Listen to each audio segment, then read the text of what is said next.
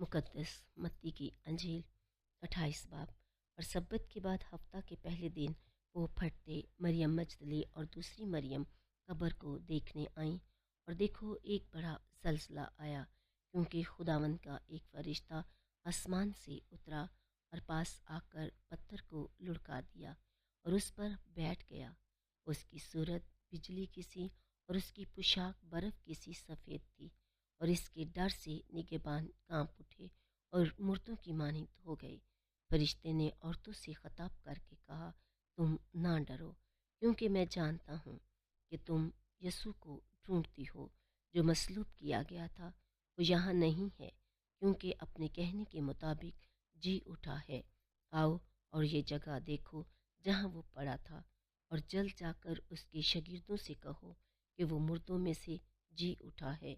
और देखो, वो तुमसे पहले जलील को जाता है, वहाँ तुम उसे देखोगे। देखो, मैंने तुमसे कह दिया है। और वो खौफ और बड़ी खुशी के साथ कब्र से जल्द रवाना हुई और उसके शागिर्दों को खबर देने दौड़ गई। और देखो, यसू उन्हें मिला और कहा, सलाम। उन्होंने पास आकर उसके कदम पकड़े और उसे सजदा किया। तब यसू ने उनसे कहा, डरो नहीं, जाओ मेरे भाइयों को खबर दो कि जलील को जाएं, वहाँ मुझे देखेंगे। जब वो राह में थीं तो देखो, पहरे वालों में से बाज ने शहर में आकर जो कुछ हुआ था सरदार कायनों से बयान किया। तब उन्होंने बुजुर्गों के साथ इकट्ठे होकर मशवरा किया और उन सिपाहियों को बहुत से मिसकाल दिए और कहा, तुम ये कहो कि रात को जब हम सो रहे थे उसके शागिर्द आकर उसे चुरा ले गए, और अगर ये हाकम के कान तक पहुँचे तो हम उसे समझा कर तुम्हें ख़तरे से बचा लेंगे।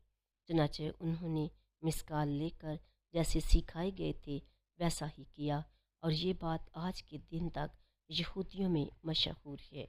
और वो 11 शागिर्द जलील के उस पहाड़ पर गए जो यसू ने उनके लिए मुकर्रर किया था, और उसे देखकर सजदा किया। लेकिन बास ने शक किया, और यसू ने पास आकर उनसे बातें की और कहा कि आसमान में और ज़मीन पर सारा अख्तियार मुझे दिया गया है।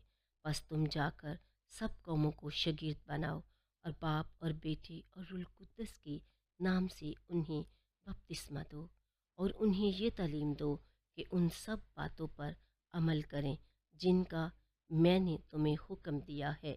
और देखो, मैं दुनिया के आखिर तक हर रोज़ तुम्हारे साथ हूँ।